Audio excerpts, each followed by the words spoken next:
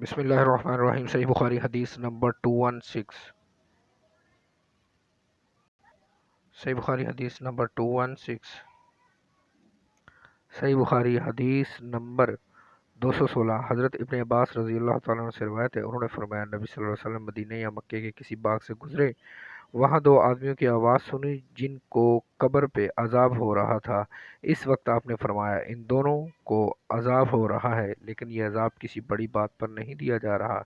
फिर फरमाया, हाँ, बड़ी ही है।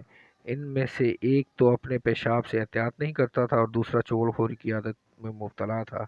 फिर आपने एक तर शाख मंगवाई, इसके दो टुकड़े करके हर कब्र पर एक एक टुकड़ा लगा दिया।